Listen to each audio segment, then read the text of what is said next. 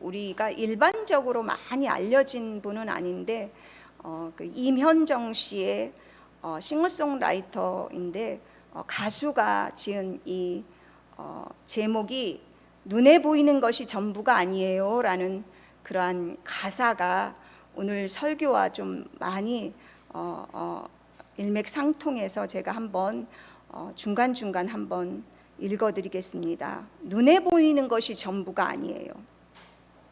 지금 내 모습 전부가 아니야. 얼굴 곱다고 마음까지 고운가요? 얼굴 밉다고 마음까지 미운가요? 안경 썼다고 모두 공부를 잘하나요? 머리 크다고 모두 머리가 좋은가요? 겉모습 멀쩡한 사람들에게도 마음의 병은 있기 마련이죠. 우리는 너무나 많이 속아왔죠. 겉모습 멀쩡한 사람들에게. 너의 두 눈에 보이는 세상 모두 다 진실은 아니야. 너의 두 눈에 비친 내 모습 그대로 전부가 아니야. 우리 눈에 보이고 귀에 들리는 것이 전부가 아니라는 거죠. 우리의 겉모습이 보이는 대로 판단하면 안 된다라는 뜻이죠. 그런데 우리의 모습뿐만이 아니라 이 세상도 그렇다는 거예요. 이 세상에서 되어지는 모든 사건들이 막 일어나지만 그 겉으로 드러나는 것 외에 그 겉만이 다가 아니라 때로는 진실이 감춰져 있다라는 그런 얘기가 이 가사 속에 들어 있습니다. 우리 성도는 보이는 것을 따르는 존재가 아닙니다. 우리 오늘 믿음도 그렇지만 믿음이 보이지 않습니다. 하나님이 보이지가 않습니다. 그러나 보이지 않는 것을 따라가는 자들입니다. 오늘 히브리서 11장은 우리가 믿음장이라고 말씀합니다. 그래서 오늘 믿음의 사람들이 굉장히 11장 전체에 나오고 있습니다. 그러니까 구약 성경의 대표적인 믿음의 사람들을 총체적으로 망라하고 있습니다. 그러니까 구약 성경을 믿음으로 어떻게 살아왔는지를 보여주는 그 한 장이 소개한다면 히브리서 11장이라고 보면 될 것입니다. 이 모든 허다한 구름같이 많은 사람들이라고 이렇게 히브리서 기자는 표현하고 있습니다. 근데 이 모든 증인들에게는 공통점이 믿음이 있다는 거예요. 믿음으로 살았다라고 하는 거예요. 시대가 각기 다 다르지만 수천 년의 시간 속에서 그들의 공통점은 시대도 환경도 문화도 달랐지만 하나님을 향한 그 믿음만은 똑같이 동일하다는 이야기를 히브리서에서 강조하고 있습니다. 그래서 오늘도 믿음으로 시작합니다. 믿음으로 아벨은, 믿음으로 에녹은, 믿음으로 노아는, 그럼 여기 있는 믿음으로 나는, 이렇게 질문을 할 수가 있을 것입니다. 그 믿음이 무엇인가? 오늘 히브리서 1장에서 그 정의를 내리고 있습니다. 믿음은 바라는 것들의 실상이요 보지 못하는 것들의 증거니 선진들이 이로써 증거를 받았느니라. 믿음은 그러니까 우리가 바라는 것, 우리가 소망하는 것, 보이지 않는 것들에 대한 확증이고 그것들에 대한 실체라고 하는 거예요. 하나님이 인정해 주시는 것이 무엇이냐? 우리가 여기에서 믿음은 보이지 않습니다. 그런데 믿음의 대상이 되시는 하나님도 보이지 않습니다. 그리고 하나님이 하신 말씀도 언약들도 보이지 않는 거죠. 그런데 그 보이지 않는 것들을 따라가는데 하나님께서 그래 너 오라, 너 맞아, 너 잘 가고 있어. 그 따라가는 자들이 그 행위가, 하나님 응답하는 행위가 바로 믿음이라고 오늘 말씀하고 있습니다. 그러니까 믿음은 우리가 바라고 믿고 소망하는 것들에 대한 보증스포예요. 누구 앞에서? 하나님 앞에서. 우리가 하나님 앞에 섰을 때 너 믿음 있었구나. 그래 너는 옳았어. 너는 천국행이야 라고 하는 것들을 보증해 주는 것이 믿음이라고 오늘 말씀하고 있습니다. 그런데 이 믿음은 하나님을 기쁘시게 하는데 이 믿음에는 전제 조건이 있어요. 그러니까 전제 조건이 뭐냐? 오늘 두 가지로 나오지만 그러니까 한 단어로 말하면 하나님에 대한 확신이 있는가입니다. 하나님을 기쁘게 한다, 믿음이 있는가라는 그 이면에 기본적으로 깔려 있는 건 하나님에 대한, 믿음에 대한, 대상에 대한 확신이 나에게 있는가라는 것들을 말씀하고 있습니다. 그래서 히브리서 11장 6절에 그 믿음으로 사는 자, 하나님을 기쁘시게 하는 자, 그 두 가지 모습을 오늘 말씀하고 있습니다. 하나님께 나아가는 자는, 또 다른 번역본에 하나님을 가까이 하는 자는 이렇게 나옵니다. 그러니까 하나님께 나아가는 자는 반드시 그가 계신 것과 또한 그가 자기를 찾는 자들에게 상 주시는 이심을 믿어야 한다. 이 하나님에 대한 분명한 확신을 가지고 살아가는가, 믿음이 있는가라고 하는 것입니다. 하나님이 살아계시죠. 하나님이 살아계십니다. 지금도 살아계시죠. 지금도 보이지 않지만 우리는 살아계시다라고 하는 이 믿음을 가지고 오늘도 이 자리에 보이지 않지만 하나님의 존전 앞에 우리가 서 있다라고 믿기에 이 예배당에 서 있는 것입니다. 사람 앞에 보이려고 온 것이 아니라 실은 우리가 보이지 않는 하나님 앞에 경배하기 위해서, 찬양하기 위해서, 감사하기 위해서 이 자리에 와 있는 것이죠. 또한 그분은 우리에게 상 주신다. 이 상이라고 하는 건 뭘까요? 우리가 이 하나님을 확신하면서 보이지 않는 하나님을 향해서 나아가고 있을 때 하나님 뜻대로 살아가는 자에게 구원을 베푸시고 이 땅을 살아가는 동안에 필요한 것들을 채워주시고 또한 우리가 이 땅의 삶을 마감하고 다시금 하늘에 갈 때에도 하나님께서 구원하신다라는 그러한 의미가 들어 있습니다. 하나님은 내 삶의 구원자시라고 여러분은 확신하십니까? 하나님이 지금도 나를 살아계셔서 나를 돌보시고 계셔. 내가 먹고 마시고 내가 직장을 잘 다니고 때로는 내가 아파도 하나님이 나와 함께 하셔 라는 것들을 확신하고 살아가고 있느냐 하는 것입니다. 여러분이 이 확실한 믿음에 서 있기를 축원합니다. 하나님 살아계시다. 그리고 하나님은 늘 나에게 도움을 주시는 가장 좋은 구원자이시다. 우리가 예수 그리스도가 구원자라는 뜻이잖아요. 그리스도 구원자이시다. 이 구원은 생명을 주는 구원자뿐만이 아니라 나의 필요에, 내가 간구하고 내가 소망하는 것들에 대한 그 구원을 베푸시고 내게 베푸시는 그 은혜가 풍성한 분이 예수 그리스도라는 걸 확신하면서 나아가는 것입니다. 오늘 하나님은 상 주시는 분입니다. 이 상은 구원을 말하는 거죠. 이 땅에 살아가는 동안에 우리가 필요한 여러 가지 것들, 우리가 하나님을 이 확신을 가지고 나아갈 때 내가 필요한 것들을 간구하잖아요. 때로는 응답을 받잖아요. 이것이 구원이기도 합니다. 또한 우리가 생명을 주시는 구원자로 우리가 밀고 알고 가고 있습니다. 히브리서에는 계속해서 1장부터 13장까지 이 믿음의 사람들을 계속해서 나오고 있지만 강조하는 것이 있습니다. 뭐뭐보다 더 나은이라는 것을 통해서 강조를 합니다.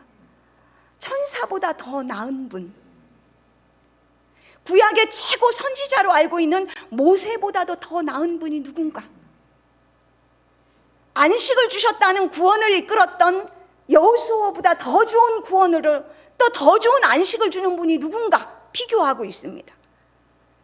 또 율법보다 더 좋은 확실한 구원을 주시는 분이 누군가? 바로 예수 그리스도를 비교를 하면서 궁극적으로는 예수 그리스도가 바로 구원의 창시자다, 구원의 큰 구원을 이루는 자다라고 이렇게 결론을 맺고 있습니다. 오늘 본문 안에서도 11장 안에서도 그렇게 말씀해요. 이 땅에 보다도 더 좋은 것을 주신다. 하나님 더 나은 본향을 사모하는 자다. 그리고 궁극적으로 하나님 자신을 내어주시는 분이다라는 것들을 강조하고 있습니다. 그러니까 하나님의 궁극적으로 히브리서에서 말하는 건 예수 그리스도를 말하고 있는 거죠. 예수 그리스도가 구원자이시다, 참 하나님이시다, 그분이 살아계신다. 그런데 오늘 구약에 나오는 이 믿음의 사람들은 이 믿음의 실체가 되시는 이분에 대한 희미하게 언약만을 받고 온 사람들입니다. 그럼에도 불구하고 이분들은 믿음을, 하나님에 대한 믿음을, 확신을 저버리지 않고 믿음으로 살았다라고 말씀을 하고 있습니다. 그런데 우리는 그 실체 되시는 예수 그리스도로 인도함을 받아서 그분을 따라가는 자입니다. 그러니까 구약에 있는 믿음의 사람들보다 더 확실한 실체를 알고 믿고 이제는 예수 그리스도가 주시는 그 언약을 따라서 쫓아가는 자가 저희들인 것입니다. 구약의 사람들은 예수라는 그 실체가 오시기 전까지 어떻게 보면 희미한 어떤 그 언약을 가지고 말씀을 따라서 그래도 믿음으로 살았던 사람들이 바로 오늘 구약에 나오는 여러 믿음의 증인들입니다. 그런데 예수님이 오시고 난 이후에도 그 믿음의 여정은 똑같습니다. 예수님이 부활하신 후 12 제자들은 예수님을 주님이라고, 그리고 하나님, 살아계신 하나님임을 여러 가지 이적과 기적들을 통해서 그분이 하나님이심을 믿고 따랐던 제자들입니다. 그런데 예수님께서 죽으시고 그들이, 제자들이 뿔뿔이 흩어졌어요. 그리고 부활하신 후에 예수님이 친히 나타나셔서 예수님이 정말 누구신지를 명확하게 이제 부활의 증인으로서 예수님 자신을 보여주셨습니다. 그런데 그 보여주시는 그 현장에 우리 도마는 있지 않았습니다. 예수님이 살아나셨다, 예수님이 부활하셨다라는 제자들의 말을 들었지만 믿지 않았어요. 그래서 8일이 지난 후 예수님이 실제 그 손과 그 창에 찔린 그 옆구리를 보여주시면서 도마에게 믿음의 확증을 주십니다. 그러면서 도마에게 말씀하시죠. 믿음 없는 자가 되지 마라. 믿는 자가 되라. 네가 이것을 보고 믿음 없는 자가 되지 말고 믿는 자가 되라. 그러면서 하시는 말씀입니다. 너는 본고로 믿느냐? 보지 못하고 믿는 자들은 복되도다. 저희들은 예수님을, 저희들도 들음을 통해서, 말씀을, 전도를 통해서 이제 하나님의 은혜로 믿음이 주어졌고 이제는 예수님을 믿고 따라가고 있습니다. 예수님의 십자가 사건을 본 자들은 아닙니다. 그러나 우리 안에 무엇이 심어졌는가? 예수 십자가의 사건을 통해서 도마가 보았던, 도마가 확증했던, 그래서 도마가 고백하잖아요. 주는 그리스도시다, 주는 하나님이라고 믿는다고 고백한 것처럼 저희들도 똑같은 믿음을 보지는 않았지만 시인하고 그리고 믿고 따라가는 자가 바로 저희들입니다. 하나님을 인정하고 나고 그리고 예수가 그리스도이심을, 하나님이심을 믿으면 우리가 깨닫는 것이 무엇일까요? 3절입니다. 우리가 예수님을 알고 하나님을 인정하고 확신하고 나아갈 때 무엇을 우리가 고백하가 되냐면 3절입니다. 믿음으로 모든 세계가 하나님의 말씀으로 지어진 줄을 우리가 아나니 보이는 것은 나타난 것으로 말미암아 된 것이 아니니라. 우리가 하나님이 눈에 보이고 하나님의 예수 그리스도가 십자가 사건을 통해서 죽으시고 부활하신 것이 믿어지고 내가 죄인임이 믿어지고 그리고 나 때문에 죽으셨다라는 걸 믿어지면 뭐가 보이냐면 이 세상이 정말 하나님이 창조하신 창조물이구나, 그 안에 나도 피조물로서 빚은 존재구나라는 것들이 보여지고 들려지고 믿어진다라고 하는 것입니다. 우리가 성경을 첫 장을 열면 무엇이 있습니까? 태초에 하나님이 천지를 창조하시니라. 예수 믿기 전에는 이 말씀이 믿어지지 않았는데 예수를 믿고 나니 이 말씀이 믿어지는 거예요. 예수님이, 하나님이 어떻게 천지를 창조했습니까? 말씀으로 창조하지 않았습니까? 하나님이 이르시되 빛이 있으라 하시니 빛이 있었고 빛이 하나님 보시기에 좋았더라. 빛이 있으라 하시니 빛이 있었다. 이 말씀을 우리는 믿습니다. 그런데 우리가 하나님이 천지 창조를 하는 이 현장에 있지 않았잖아요. 보지 않았잖아요. 눈으로 보지 않았잖아요. 귀로 듣지 않았잖아요. 그런데 우리 마음에 확신하는 건 뭡니까? 조금도 하나님께서 이 천지 만물을, 우주를, 태양을, 이 지구를 창조했다라는 걸, 이거를 의심하는 사람은 없습니다. 그리고 오히려 고백합니다. 정말 신기한 자연의 세계를 보고 동물의 세계를 보고 하나님은 참 신비로우신 분이다, 오묘하시다, 어떻게 저를 창조했을까. 우리가 때려잡는 파리 자체도 정말 그 과학적인 눈으로 그들의 파리의 세계를 이렇게 살펴보면 오묘한 것이 너무나 많습니다. 그리고 자세히 들여다보면 정말 오묘하지 않은 것들이 없는 거죠. 이 모든 것이 하나님의 솜씨라고 우리가 찬양을 하게 된다라고 하는 것입니다. 이것이 우리가 믿음을 가졌을 때 고백하는 것입니다. 그래서 히브리서 기자는 믿음으로라고 우리가 이것을 고백한다는 거예요. 우리가 하나님에 대한 확증이 있는 자, 예수 그리스도를 믿는 자, 하나님이 살아계시다라는 이 확증을 가지는 자는 이 천지 만물을 보면서 하나님을 보게 된다라는 이 고백을 하고 있는 것입니다. 이것은 꼭 우리 부모와 자녀의 관계와 똑같습니다. 여러분, 우리 자녀들을 태어날 때 우리 자녀가 막 아파하면서 고통스러워서 엄마가 낳는 거 본 적이 있습니까? 없습니다. 그러나 부모님이 나를 사랑하시고 나를 어떻게 키웠고 그 사랑이 깊어지면 깊어질수록 이것을 의심하면 창피한 거죠.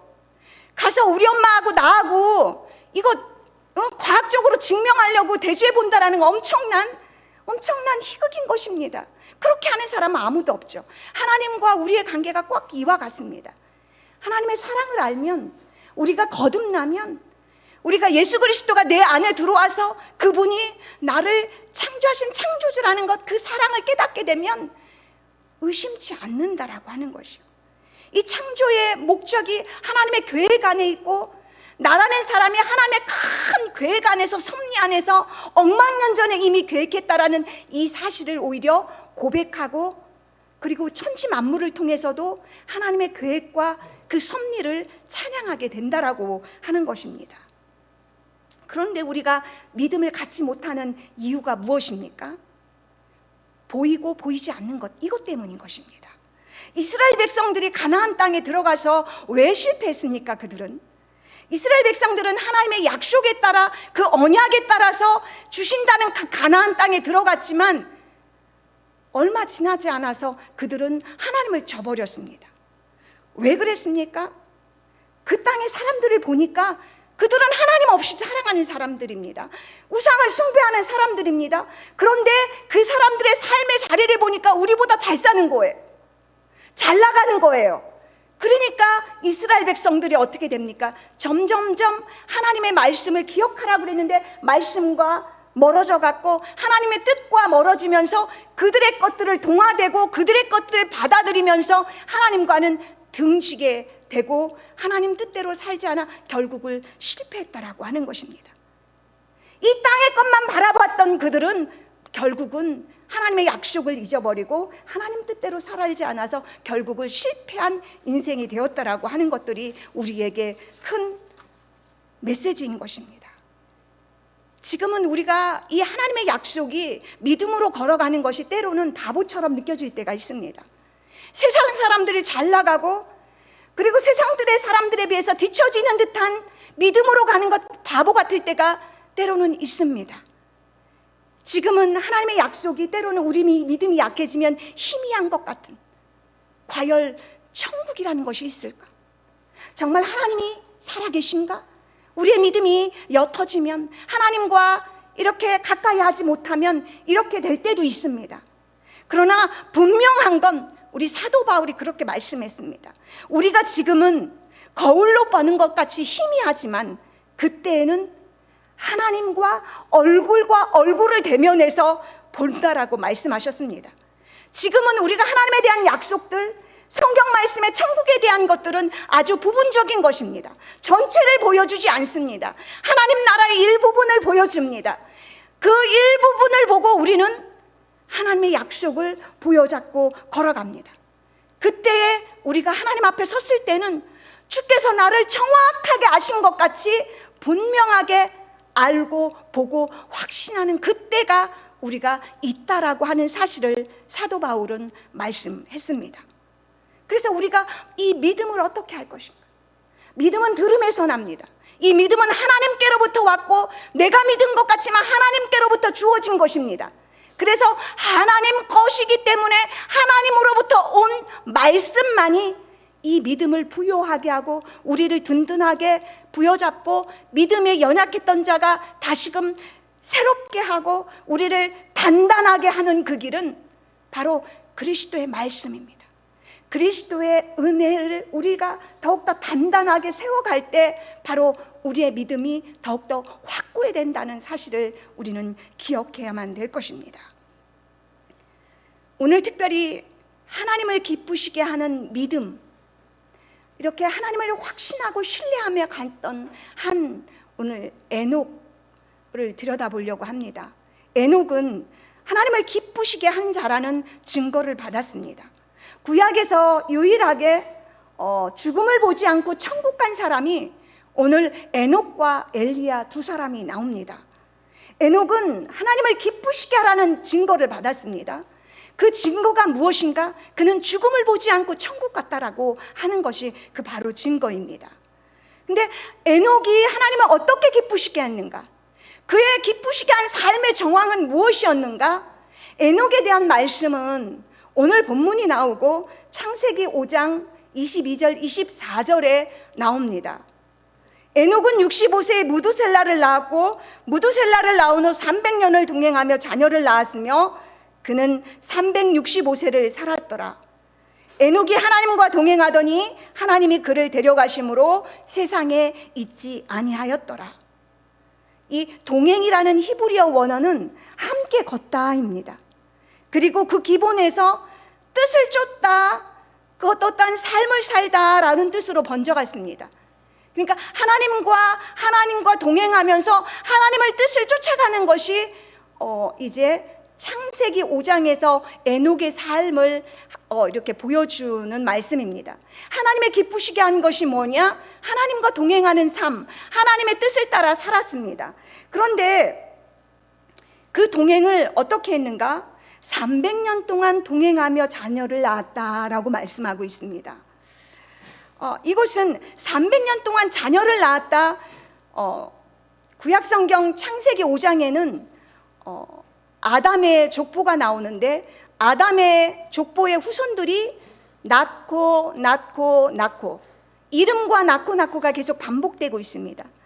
에녹이 300년 동안 자녀를 낳았다 그러면서 하나님과 동행했다라고 한다라는 건 그러니까 평범한 삶이 계속해서 진행됐다라고 하는 거예요. 아기를 낳고 키우고 아이가 장성하고 먹고 시집가고 장가가고 이런 우리가 살아가는 일상적인 24시간의 삶이 계속해서 지속됐는데 그 지속되는 평범한 삶 속에서 에녹이 하나님과 동행했다라고 하는 것입니다. 이 동행은 우리가 어떤 문제만 있을 때 우리가 찾기 쉬워요. 우리가 기도 언제 합니까? 문제 있을 때 처리하고 문제 있을 때 새벽 기도 가고 문제 생기면 나오지 않던 사람이 주일 예배 나오기도 합니다. 그런데 에녹은 평범한 일상 속에서 늘 일상 속에서 하나님을 찾았다는 거예요. 그런데 하나님과 300년 동안 동행했다라고 하는 이 말은 에녹이 죄도 짓지 않고 완벽하게 살았다, 거룩하게 살았다, 죄인이 아니다 이런 말이 아닙니다. 하나님의 뜻을 쫓아서 이게 굴곡은 있지만 계속해서 그 뜻을 쫓아가는 데는 멈추지 않고 계속해서 살았다라는 뜻이 있습니다. 그런데 에녹이 하나님과 동행하고 한 시점이 언제인가? 65세 무두셀라를 낳고입니다. 무두셀라는 이름의 뜻이 화살, 창 던지는 자입니다. 그런데 무두셀라가 우리가 잘 아는 것처럼 성경에서 가장 오래 살았어요. 969세를 살았습니다. 오늘 100세 시대인데 900세를 1000년을 가까이 산 자라가 바로 무두셀라입니다. 그런데 무두셀라가 죽은 해가 언제냐? 노아의 방주가 있던 그 해에 죽었습니다. 이것이 어떤 의미가 있는가? 무두셀라는 창입니다. 화살입니다. 하나님의 창, 심판의 화살이 쏘여져서 그래서 어떤 신학자는 그가 죽음에 마치는 그때를 그래서 그렇게 해석했습니다. 그가 죽을 때 심판이 왔다. 노아의 홍수가 있던 해에 홍수가 어느 후에 죽었는지, 홍수 전에 죽었는지 분명한 건 노아의 홍수의 방주에 탄 사람은 무두슬레가 없었다라는 거예요. 노아의 홍수 전에 죽었다라고 하는 것을 보여주고 있습니다. 이렇게 65세에 무두셀라를 낳고 무두셀라를 이름을 지은 이유가 궁금한 거죠.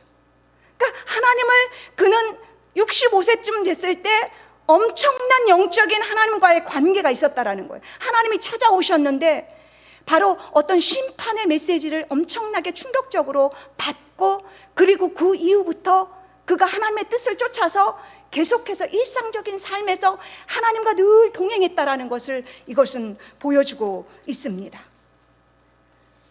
그렇다고 한다면 무두셀라를 왜 그렇게 오래 살게 하셨는가? 하나님께서 그 심판을 늦추시는 거예요. 왜?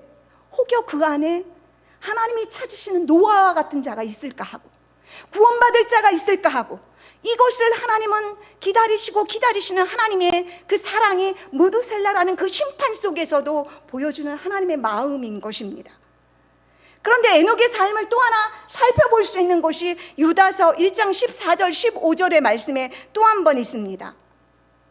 아담의 7대손 에녹이 이 사람들에 대하여도 예언하여 이르되, 보라, 주께서 그 수만의 거룩한 자와 함께 임하셨나니 이는 무사람을 심판하사 모든 경건하지 않은 자가 경건하지 않게 행한 모든 경건하지 않은 일과 또 경건하지 않은 죄인들이 주를 거슬러 한 모든 완악한 말로 말미암아 그들을 정죄하려 하심이라 하였느니라. 그러니까 유다서를 근거하고 또 무두셀라라는 이름을 근거해 볼 때 하나님께는 심판을 막 내리고 싶은데 내리지 않는 거예요. 지연시키는 거예요. 그러면 그 시대가 굉장히 악했다라는 거예요. 그러니까 타락이 극심한 시대 속에서 에녹이 하나님과 동행하는 걸 힘썼다라고 하는 걸 우리는 알 수가 있습니다. 하나님과 동행하면서 하나님의 심판 메시지를 듣고 하나님의 사랑을 뜨겁게 경험한 그가 하나님의 그 마음을 점점점 알아가면서 그는 죄악된 세상에 이렇게 살면 안 됩니다. 하나님이 심판하실 것입니다. 노아만 그렇게 부르짖었던 것이 아니라 에녹도 유다서를 통해서 많은 죄인들을 향하여, 세상을 향해서 이 심판의 메시지를 경고하고 예언했다라는 데 있습니다. 에녹 시대에 분명하게 유다서는 주를 거스르는 완악한 말로 주를 거슬렀다라고 합니다. 주를 무슨 말로 거슬렀겠습니까? 그 완악한 시대에 에녹이 하나님의 심판이 있을 것입니다. 언제 있을지는 모르지만 우리 주님이 다시 오실 것이고 심판이 있을 것입니다. 이 메시지를 전할 때마다 세상 사람들이 뭐라고 했겠습니까? 웃기네. 심판이 언제 있어? 하나님은 안 계셔. 우리가 이렇게 잘 살고 있는데. 하나님을 이렇게 완악한 말로 이 에녹이 전하는 이 메시지를 듣지도 않고 바로 주를 거부하고 반항했다라고 하는 것을 우리가 알 수가 있습니다. 에녹도 300년을 살면서 좋은 일만 있었을까요?